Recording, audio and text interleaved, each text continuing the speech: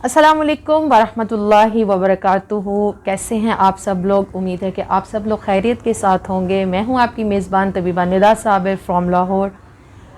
Video की जानिब आगे बढ़ने से पहले मेरे चैनल को सब्सक्राइब कर लीजिए। चैनल का नेम है सिंपल ऑर्गेनोपैथी और बेल आइकॉन को प्रेस करना मत भूलिएगा ताकि आप लोगों को मेरी नई से नई आने वाली वीडियोस मिलती रहें और आप लोग इनसे फ़ायदा उठाते रहें। तो नाज़रीन कराम, आज हम लोग जिस टॉपिक के ऊपर बात करने वाले हैं वो बहुत ही अहम तरीन मौजू है।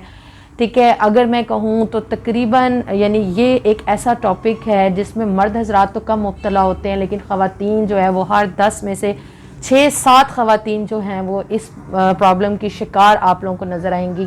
हमारे मतब के ऊपर भी डेली बेसिस पर ऐसे रोज़ाना कई लोग आते हैं, सिर्फ यंग ख़वातीन ही नहीं बल्कि अब तो 8-9 साल तक की उम्र की बच्चियां भी इस प्रॉब्लम के अंदर गिरफ्तार नज़र आती हैं। तो नाजरीन, आज हम लोग बात करेंगे थायराइड के प्रॉब्लम के ऊपर। थायराइड जो है ये क्या होता है, ये कितने टाइप्स का हो सकता है, इसकी वजह से क्या क्या कॉम्प्लिकेशंस जो हैं वो आप लोगों को फेस करनी पड़ सकती हैं, उसके लिए आप लोगों को किन किन प्रिकॉशंस पर अमल करना चाहिए, क्या क्या एहतियाती तदाबीर करनी चाहिए और क्या ग़िज़ाएँ इस्तेमाल करनी चाहिए। तो वीडियो से भरपूर फ़ायदा उठाने के लिए मेरी वीडियो को आखिर तक ज़रूर देखिएगा, मेरे साथ रहिएगा। ठीक है जी, मुख्तसर मैं यहाँ पर रोशनी डालूँगी सबसे पहले कि थायराइड जो है वो असल में होता क्या है। हम अपनी तिब्बी ज़ुबान के अंदर एक गदूद का नाम लेते हैं जिसको गद्दा दरकिया बोला जाता है। ये गदूद जो है, या जिसको हम अंग्रेज़ी ज़ुबान के अंदर थायराइड ग्लैंड बोलते हैं। जैसे कि हमारी बॉडी के अंदर ग्लैंड्स का एक पूरा जो है वो यानी एंडोक्राइन सिस्टम है, एक तमाम तर गदूद में अपना अपना काम सर अंजाम दे रहे हैं। तो एक नहायत ही अहम गदूद जो सा है जिसको हम गद्दा दरकिया थायराइड ग्लैंड बोलते हैं, जो कि बिल्कुल एक बटरफ्लाई शेप का होता है और हमारी हलक में, हमारी गर्दन में इस मुकाम के ऊपर जो होता है वो वाक़ होता है। बहुत से अहम अफ़ाल ये हमारी बॉडी के अंदर जो है वो सर अंजाम दे रहा होता है। बहुत से हार्मोन्स जो है ये प्रोड्यूस करता है, कुछ हार्मोन्स इसकी प्रोडक्शन होती है, कुछ पिट्यूटरी ग्लैंड जो होता है वो प्रोड्यूस करता है। तो जो कि मेंस इसके हार्मोन है T3 T4 हैं, और पिट्यूटरी ग्लैंड से जो एक हार्मोन रिलीज़ होता है जिसको TSH हम लोग बोलते हैं। तो ये इंतहाई अहम हार्मोन्स हैं जो कि हमारी डेली रोज़मर्रा की ज़िंदगी के अंदर हमारी मुख्तलिफ जो एक्टिविटीज़ हैं, हमारा खाना पीना है और हमारा मेटाबॉलिज्म है, इस सब को ये कंट्रोल करता है। हमारी पर्सनल लाइफ है, सब के ऊपर इसका इम्पेक्ट जो है वो पड़ता है। ठीक है जी, तो ये एक मुख्तसर सी मैंने बात बताई आप लोगों को। अब होता क्या है कि ज़िंदगी के मुख्तलिफ अदवार के अंदर, यानी बचपन के अंदर इनकी रेशो क्या होती है, अडल्ट एज के अंदर क्या होती है, मेल्स फीमेल्स में डिफरेंट होती है। तो जिस वक्त हमारे जिस्म के अंदर कोई बिगाड़ आना शुरू होता है और थायराइड ग्लैंड अपने वर्क को ठीक तरीके से सर अंजाम नहीं दे रहा होता और ये अपने वर्क को जो है वो प्रॉपर तरीके से सर अंजाम नहीं दे पा रहा होता, तो टू टाइप्स की कैटेगरीज जो होती हैं वो यहाँ पर बन जाती हैं। एक को हम लोग बोलते हैं जी हाइपरथायरॉयडिज्म और दूसरे को हम लोग बोलते हैं हाइपोथायरॉयडिज्म। अब हाइपोथायरॉयडिज्म के अंदर क्या होता है, इसमें जब आप पेशेंट का ब्लड टेस्ट करवाएंगे तो जो उसका TSH लेवल होगा वो रेज होगा, यानी वो बड़ा हुआ होगा, और T3 T4 जोन से होंगे ये लो होंगे। अब इसकी जोन सी अलामतें हैं ये हाइपर के बिल्कुल अपोजिट होती हैं। होता क्या है, इसमें मरीज़ बहुत ज़्यादा ठंडक महसूस करता है, उसके हाथ पांव ठंडे, उसका BP लो, हार्ट पल्पिटेशन लो, और जो है वो जिस्म मेटाबॉलिज्म चूँकि वीक होता है तो जिस्म जो उनसा होता है वो इसका क्या होने लग जाता है, फूलना शुरू हो जाता है। खाना पीना उसका जल्द हजम नहीं होता, उसके स्टमक की प्रॉब्लम, उसका कॉन्स्टिपेशन के प्रॉब्लम, और इसमें भूख बहुत ज़्यादा नहीं लगती। जैसा कि हाइपर वाले के अंदर भूख जो होती है वो पेशेंट को हर थोड़ी देर के बाद भूख लगती है, इसके अंदर इतनी ज़्यादा भूख नहीं लगती।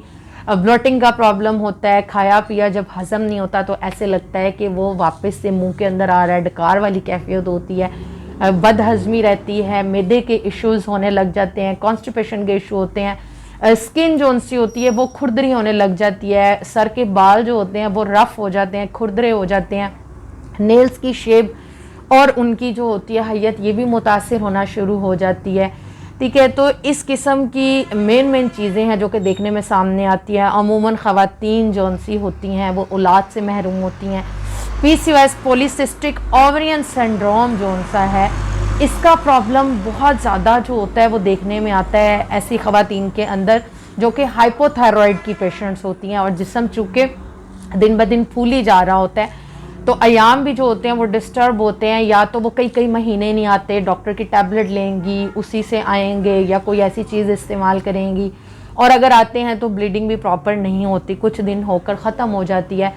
आगे चलकर अल्लाह ताला ना करे PCOS देन जो है वो फाइब्राइड, सिस्ट, ETC ऐसी प्रॉब्लम्स जो होती हैं वो देखने में सामने आती हैं। अब कुछ लोगों को तो स्टार्ट से ही हाइपोथायरॉयड का प्रॉब्लम होता है, लेकिन बहुत सी सूरतों के अंदर हाइपर वाले को रेडियो एक्टिव आयोडीन थेरेपी करवा कर जो है वो पेशेंट को हाइपर से हाइपो में कन्वर्ट कर दिया जाता है। ठीक है जी। इसके अलावा अगर उनको ऑपरेट हो जाए तो हाइपर वाले क्या होते हैं, उनको हाइपो की मेडिसिन यानी अगर डॉक्टरी इलाज पे होते हैं तो वो सारी उम्र ताहयात जो होती है वो उनको खानी पड़ती है। ठीक है जी। तो आप लोग अपनी डाइट का बेहतरीन ख्याल रखिए, जैसा मैंने उसके अंदर भी बताया। इसके अंदर भी यही कहूँगी कि 7 अदद मुनक्का और बादाम जो हैं वो 14 अदद अपने एंडोक्राइन सिस्टम को एक्टिव रखने के लिए हरारत गरीज़ी, रतूबत गरीज़ी बेहतरीन किस्म की जो है वो पैदा हो। यहाँ पर पेशेंट को वर्कआउट, ऐसे पेशेंट को बहुत ज़्यादा करना चाहिए। आप लोग कुछ भी खा रहे हैं, साथ मेडिसिन ले रहे हैं, लेकिन अपने वर्कआउट को बढ़ाएं, वॉक ज़रूर करें। खाने के बाद जो है वो अपने सिस्टम को चलाने के लिए वर्कआउट करें, घर के कामों में अपने आप को इन्वॉल्व करें, जिम ज्वाइन कर सकते हैं, वॉक कर सकते हैं, एक्सरसाइज कर सकते हैं, तो इंशाल्लाह आपका वेट जो होगा वो स्टॉप होगा, इंशाल्लाह गेन जो है वो नहीं करेगा, अदर कॉम्प्लिकेशंस भी सामने नहीं आएंगी। लेकिन इसमें हिम्मत, मेहनत, ताकत की जो है वो ज़रूरत होती है, और हिम्मत बिल्कुल भी आपने जो है वो नहीं छोड़नी। ठीक हो गया। इसके अलावा मैं यहाँ पर कहवा बता दूँ, जो हाइपोथायरॉयड वाले पेशेंट, आप लोग ये कहवा इस्तेमाल कर सकते हैं। उसके अंदर आप 2 से 3 जो है वो उनाब और कलौंजी इसके अंदर शामिल कर लीजिए। इसके साथ तेज़पात और अजवाइन, इसका कहवा भी आप लोग इस्तेमाल करेंगे। ठीक है जी। और मज़ीद जो है मैं यहाँ पर ये बता दूँ कि आप लोग एक नुस्खा रेडी कर लीजिए जिसके अंदर जो है आप लोग शामिल करेंगे हंजल, जिसको तुम्मा बोला जाता है। इसके अलावा गंधक, आंवला, सार आप लोग शामिल करेंगे, और नंबर 3 पर राई। ठीक है। हम वज़न इसका सफ़ूफ तैयार कर लीजिए, ये मरीज़ को इस्तेमाल करवाइए, और आप इसकी गोलियां बनाकर सुबह शाम ये टैबलेट भी इस्तेमाल कर सकते हैं। मज़ीद मैंने आप लोगों को आगाह कर दिया।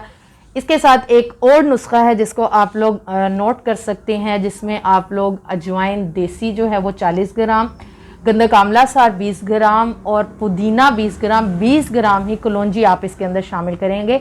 तो इसको अच्छे तरीके से देख लीजिए, जहन नशीन कर लीजिए। साथ में मैं यहाँ पर ये बताऊंगी कि आप लोग कभी भी एक दफ़ा मेडिकेशंस करने के बाद उसको स्टॉप मत करें। यहाँ पर अपना प्रॉपर टेस्ट हर 6 वीक के बाद या हर 4 मंथ्स के बाद अपने टेस्ट जो हैं वो उसको ज़रूर करवाइए।